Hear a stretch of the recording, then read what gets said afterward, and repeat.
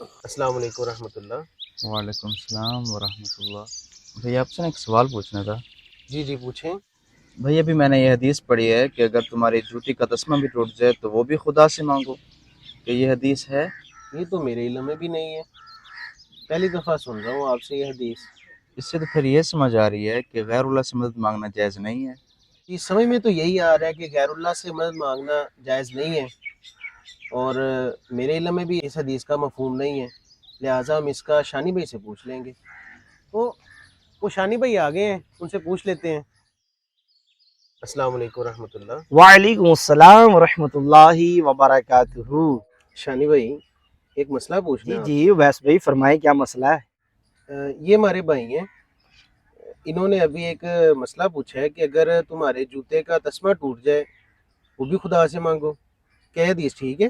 جی جی ویس بھائی حدیث تو بالکل ٹھیک ہے، لیکن ہوا کیا؟ اچھا تو یہ بات ہے، آپ تو ہمیں ساری عمر یہ تعلیم دیتے رہے کہ غیر اللہ سے مدد مانگنا جائز ہے، اور یہاں سے تو یہ سمجھ آ رہی ہے کہ غیر اللہ سے مدد مانگنا جائز نہیں ہے۔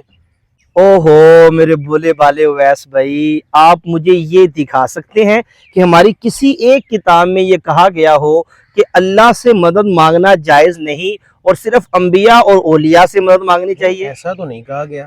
بھائی آپ مجھے یہ بتائے، کیا یہ حدیث پاک جو ابھی آپ نے پڑھی ہے، کیا یہ حدیث پاک صحابہ نے سنی ہوگی؟ جی جی جی بالکل بالکل سنی ہوگی۔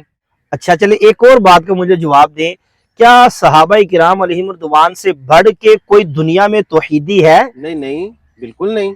دیکھیں صحابہ کرام علیہم رضوان نے یہ حدیث پاک بھی سنی، اور پھر صحابہ کرام علیہم رضوان سے بڑھ کے دنیا میں کوئی توحیدی بھی نہیں ہے۔